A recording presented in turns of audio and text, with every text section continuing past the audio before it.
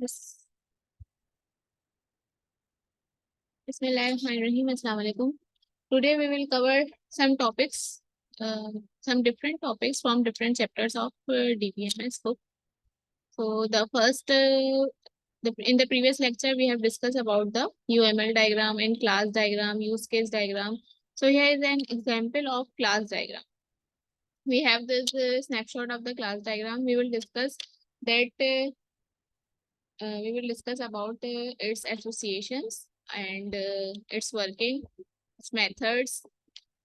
सबसे पहले आप ये देखें कि जो आपके पास एक रेक्टेंगल बॉक्स बना हुआ है ये किसी भी एक क्लास को रिप्रेजेंट कर रहा है। ये जो हमारे पास पूरा क्लास डायग्राम बनी हुई है किसकी बनी हुई है? एक कंपनी डेटाबेस की बनी हुई है। कंपनी के नाम से एक डेटाबेस है, उसकी ये यूएमएल क्लास डायग्राम है। उस डेटाबेस के अंदर कौन कौन सी क्लासेस हमारे पास मौजूद है? एम्प्लॉय, डिपार्टमेंट और लोकेशन, प्रोजेक्ट, डिपेंडेंट। ठीक है।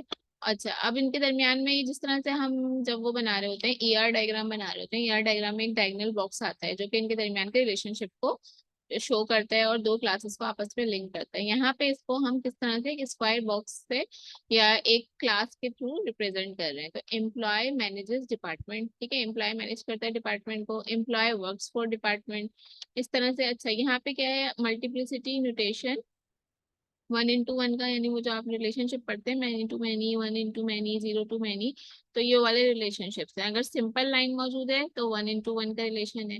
लाइन बनी हुई है और फिल्ड सर्कल आपके पास मौजूद है तो 0 to मैनी है।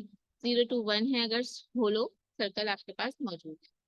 फिर डिपार्टमेंट का क्या क्या काम है? डिपार्टमेंट की एक तो हमें लोकेशन चाहिए, डिपार्टमेंट कौन सी लोकेशन पे, उसके नाम से एक अलग से एसोसिएशन या इनके दरमियान में एक लिंक बना हुआ है। ठीक। फिर डिपार्टमेंट कंट्रोल्स प्रोजेक्ट, डिपार्टमेंट जो है वो प्रोजेक्ट्स को कंट्रोल करता है। Then we have employ and dependent. जैसे कि कंपनी होती है, कंपनी में वो कुछ बेनिफिट्स दे रहे होते हैं उनके डिपेंडेंट्स को भी, तो इसलिए एम्प्लॉय के डिपेंडेंट की भी इंफॉर्मेशन चाहिए होती है। लाइक आपके मदर फादर, या अगर मैरिड हैं तो हस्बैंड और वाइफ और चिल्ड्रंस, इनकी इंफॉर्मेशन चाहिए। तो डिपेंडेंट के कॉलम में या डिपेंडेंट की क्लास के अंदर आपके पास आ गया। अब डिपेंडेंट की क्लास के अंदर एट्रीब्यूट कौन कौन से हैं? सेक्स, बर्थ डेट और रिलेशनशिप क्या है। तो ये आपके पास इसके अंदर कोई मेथड वगैरह कुछ नहीं है। ठीक है, ये जो दिया हुआ है 3 डॉट, इसका मतलब है कंटिन्यू। इसके अंदर आगे आप कुछ भी ऐड कर सकते हैं। एम्प्लॉय की कौन कौन सी इंफॉर्मेशन इन्होंने यहाँ पे ली है? नेम, फादर नेम और last name, SSN number, birth of date, sex, address, salary, ये सारी इंफॉर्मेशन एम्प्लॉय की यहाँ पे आ जाएगी।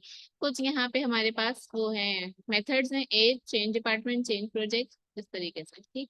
इस डायग्राम के एक्सप्लेनेशन यहाँ पे मौजूद है। अच्छा, ये डायग्राम आपकी बुक में भी मौजूद है, जो बुक का नाम मैंने आपसे शेयर किया, फिगर है 7.16, और उसकी एक्सप्लेनेशन वहाँ पे भी मौजूद है।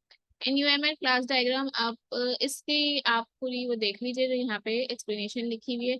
ये आपसे पेपर में भी इस तरह से पूछा जा सकता है, क्वेश्चन दो तरह से आ सकता है। या तो आपको ये डिस्क्रिप्शन दे दी जाए और कहा जाए कि एक यूएमएल की क्लास डायग्राम बना के दिखाते हैं, ठीक है, या फिर आपको ये एक यूएमएल क्लास डायग्राम बनी बनाई दे दी जाए और आपसे कहा जाए कि इसको एक्सप्लेन करो कि इसके अंदर ये किस तरह से एसोसिएशन हुई हुई है, रिलेशनशिप कौन से बने हुए हैं, कौन सी क्लास है, कौन सा रिलेशनशिप है, सुपरवाइजरी क्लास कौन सी है, सुपरवाइजर क्लास कौन सी है। इसके बारे में भी आपने पढ़ा होगा अपने डीबीएमएस के फर्स्ट कोर्स में, कि जो क्लास एक दूसरी क्लास के ऊपर डिपेंड कर रही है और अगर ये क्लास रिमूव हो जाए इस क्लास पे कोई फर्क नहीं पड़ेगा, तो ये सुपरवाइजर क्लास कहलाएगी और ये सुपरवाइजरी क्लास कहलाएगी।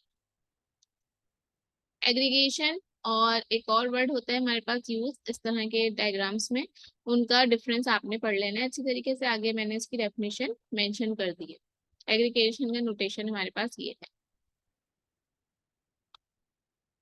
इन UML class diagram class is displayed as a box, वो जो मैंने आपको बता दिया कि 3 सेक्शंस हैं, एक में क्लास का नाम लिखेंगे, एक में जो है आप एट्रीब्यूट्स का नाम लिखेंगे और एक में आप क्या लिखेंगे? मेथड्स का नाम लिखेंगे। अच्छा, इसमें क्लास डायग्राम में और ईआर डायग्राम में फर्क क्या है? ईआर डायग्राम जब आप बनाते थे पहले आप खुद से सोचें कि इन दोनों में आपको क्या फर्क नजर आ रहा है, 1-2 मिनट अगर आप सोच के देखें।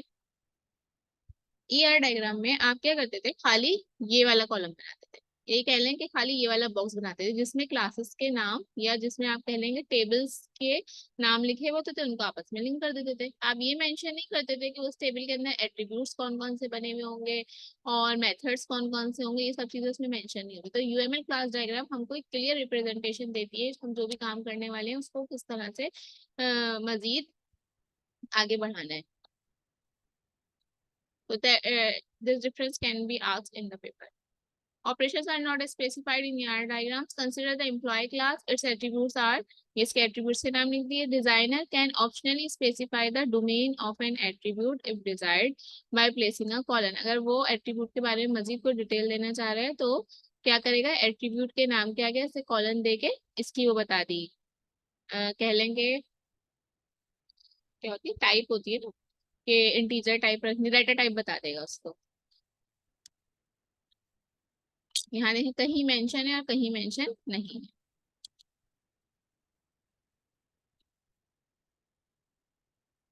A composite attribute is modeled as structured domain as illustrated by the name attribute of employee. अब name attribute employee जो है ना composite होता है, composite और उसको structured domain में रिप्रेजेंट कर रहे हैं। देख लेते हैं भाई, ये है नेम, इसको ये कहलाता है स्ट्रक्चर डोमेन। नेम के अंदर जो है, अब वो उससे दो नाम भी हो सकते हैं ना, खाली एक नाम तो नहीं होगा, जैसे मोहम्मद अली है या उम्मे हानी है, तो दो वर्ड्स आपस में मिलके नाम आ रहे हैं।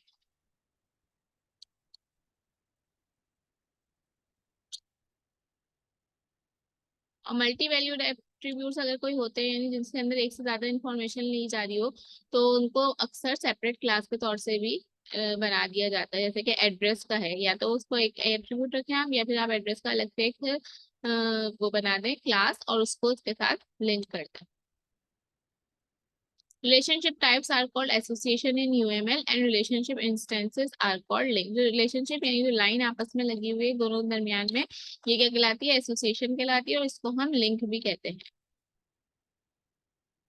टू टाइप्स ऑफ रिलेशनशिप होती हैं, association and aggregation. Aggregation is mean to represent a relationship between a whole object and its component parts. It has a distinct diagrammatic notation.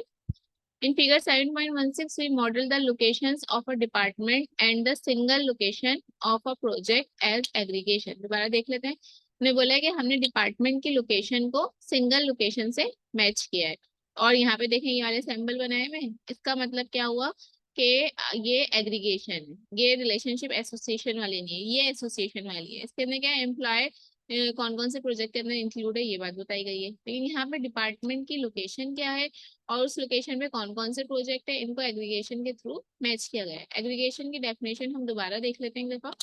It is mean to represent the relationship between a whole object and its component part. अब department एक whole object है, लेकिन उसकी location और उसके अंदर कौन कौन से प्रोजेक्ट हो रहे हैं, इसके कंपोनेंट पार्ट्स हैं, तो इसलिए उनको अलग अलग एग्रीगेशन के थ्रू हमने ज्वाइन कर दिया।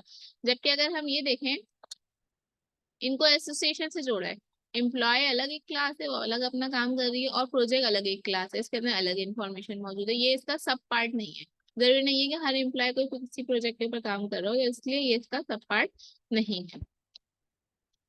हर एम्प्लॉय के डिपेंडेंट की इंफॉर्मेशन हमारे पास मौजूद है, इसलिए इसको एग्रीगेशन के थ्रू ज्वाइन किया है। UML also distinguish between unidirectional and bidirectional association. In unidirectional case, the line connecting the classes is displayed with an arrow to indicate that only one direction for accessing related object. और अगर कोई arrow नहीं है तो वो by directional assume की जाएगी। If you always expect to access the manager of a department starting from a department object, अगर हम डिपार्टमेंट के मैनेजर के बारे में इंफॉर्मेशन चाहते हैं तो हमें डिपार्टमेंट क्लास से पहले एक्सेस करना होगा। अच्छा, दूसरी बात ये कि अगर आपसे ये पूछा जाए, जैसे मैंने शुरू में बताया था कि आपको ये डायग्राम दे दी जाए और इससे आपसे इसकी वर्किंग पूछी जाए, तो जरूरी नहीं है कि इसके नीचे जितना कुछ यहाँ पे मेंशन किया गया है आप वही लिखें, बल्कि आप इसके बारे में जो एक्सप्लेन करना जरूरी समझते हैं, जो सबसे ज्यादा एक्सप्लेन करना जरूरी है, वो क्या जरूरी है कि कहाँ पे एसोसिएशन है, कहाँ पे एग्रीगेशन है, एग्रीगेशन क्यों है और एसोसिएशन क्यों है, इन दोनों का डिफरेंस क्या है, और ये जो रेक्टेंगल रिप्रेजेंटेशन है इसके अंदर ये तीन कॉलम्स क्यों बने हुए हैं, ये तीनों कॉलम के अंदर क्या क्या लिखा जाता है, ये चीजें आपको बताना जरूरत है, जरूरी है।